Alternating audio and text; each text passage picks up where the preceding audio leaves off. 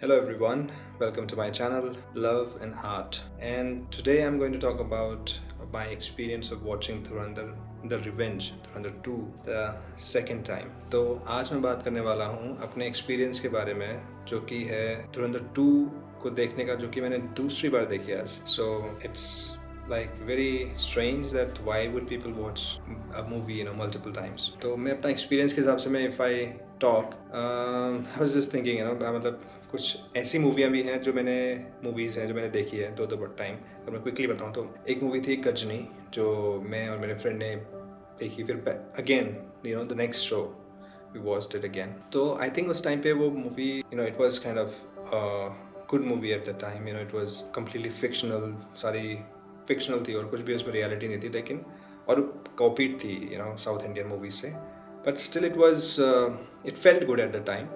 लेकिन with time everything changes.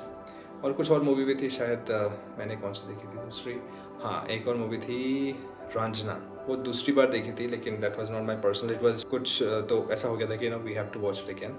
So this is the first movie that I can recall that कि मुझे second time देखने में I was little apprehensive that कि second time देखने में कहीं ज़्यादा बोरिंग तो नहीं हो जाएगी. फिर मैंने अपने एक फ्रेंड से पूछा जो कि दो बार देख चुका है पिक्चर को, कि यार सेकेंड टाइम देखने में how does it feel. He said it was for him it was even better than the first one, and exactly the same thing. Then I thought okay let's see.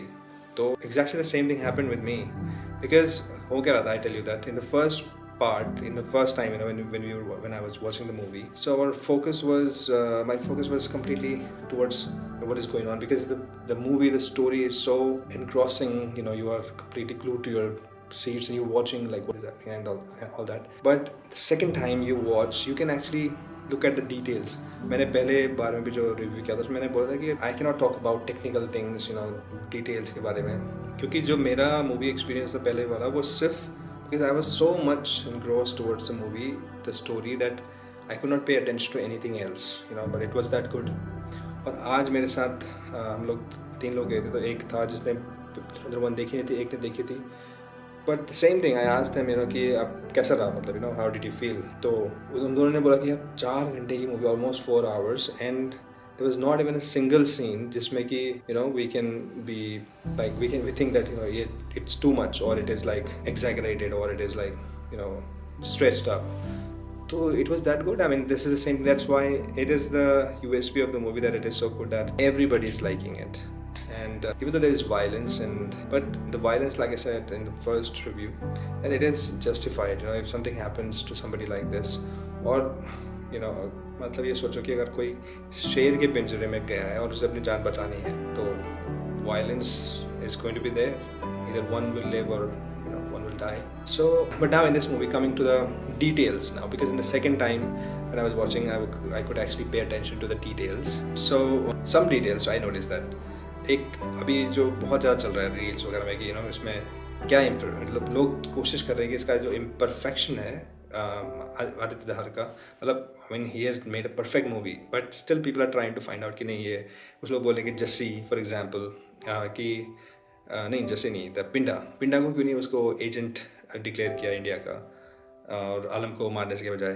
तो obviously इसमें वो reason है कि अगर जस्सी को करता, पिंडा को करता, तो everybody knew that he is from India, is come from India, और वो वहाँ के मतलब इंडियन है, और वो लेकिन ड्रग डीलर जो भी है, but still he was coming from India, right. There was no point. दूसरा ये कि हाँ, विच इज़ वेरी इंपॉर्टेंट, वो ये कि कई लोग बोल रहे हैं कि इसमें प्रोपेगेंडा है मूवी में, है ना, और कई हैं जो maybe they are not happy with the current government, जो अभी की जो सरकार है उससे खुश नहीं है. लेकिन अगर आप सेकेंड टाइम देखने में इसमें डिटेल नज़र आती है, कई लोग दे देते मतलब ट्विटर वगैरह में कि they were giving their explanation that जो भी इंसिडेंट हुए, रहमान डकैत को मारा, वो जो रियल में मारा, that was even before the BJP government that came in power in 2014. But if it was a propaganda, वो लोग उसको पिक्चर में वैसे दिखाते ना कि दैट रहमान डकैत मारा गया 2015 में. लेकिन अगर आप दोबारा देखोगे तो नोटिस करो कि वहाँ पे जो उसकी डेथ की डेट दिखाई जा रही है, वो दिखाई जा रही है 2009. जहाँ तक मुझे याद है वो दिखाई जा रही है 11 अगस्त 2009. तो कहाँ है भाई प्रोपेगेंडा. तो वहाँ पे 2009 की डेट डाली उन्होंने, और 2009 में किसी गवर्नमेंट थी, everybody knows. So it was basically Hamza और जो भी फिक्शनल कैरेक्टर उन्होंने बिल्डअप किया है, तो that was working for Indian government, not for a party government, you know. There is no propaganda in this. Second thing is that, हाँ, एक detailing की बात, कई लोग डिटेलिंग की पूछ रहे हैं कि इसमें किसी ने वो पिंडा वाली जो फाइट है उसमें कैमरामैन का जो शीशे में दिखा था वो दिखाया. But one thing I notice that I am not sure कि किसी ने पे अटेंशन दिया नहीं दिया, लेकिन जब मेजर इकबाल बड़े साहब मतलब दाऊद इब्राहिम से बात कर रहा होता है फर्स्ट मीटिंग, तो आपने जस्ट नोटिस दिस थिंग कि जो उसका जो यहाँ पे एक घाव है जो कि बाद में जब वो ब्रिगेडियर जहांगीर को मारता तो वहाँ पे दिखाते हैं specially, it is like focused. लेकिन अगर वो घाव लंबे टाइम, जैसे वो बोलता है कि मैंने जो भी किया था उसका वो घाव, लेकिन उस मीटिंग के दौरान obviously it's not the real one, it's made up. तो जो रियल उस मीटिंग में था बड़े साहब के साथ, वहाँ पे वो it was missing. So that detailing was missing, you know, if I could find out something कि वहाँ पे वो घाव नहीं था, लेकिन बाद में वो घाव था, वो बहुत प्रोमिनेंट तरीके से दिखाया था. But that is like nothing, you know.